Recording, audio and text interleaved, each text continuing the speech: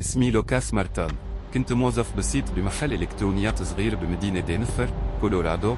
ما حدا كان يعرفني ولا حدا مهتم إذا جيت أو غبت. بس بيوم من الأيام كل شي تغير. عرفت إنه مديري كيفن كان عم يسرقنا. كنت اشتغل 12 ساعة باليوم، وآخر الشهر أطلع براتب ما بيكفيني خبز. واجهته، ضحك وقال لي ما لك دخل، رحت اشتغلنا. وقتها حسيت الدم عم يغلي فيني. رجعت بعد يومين على الشغل بكير، لقيته لحاله. سكرت الباب وضربته بمفتاح العجل، ضربة، تنتين، ثلاثة، وما وقفت. لفيت الجثة ببطانية وخبيتها بالمستودع. اشتغلت باقي اليوم كأنه ما صار شي، حتى وقت جيت الشرطة ساعدتهم يدوروا عليه.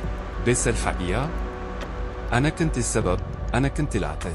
مرت 5 سنين وكل اللي بشوفه بفيلمي.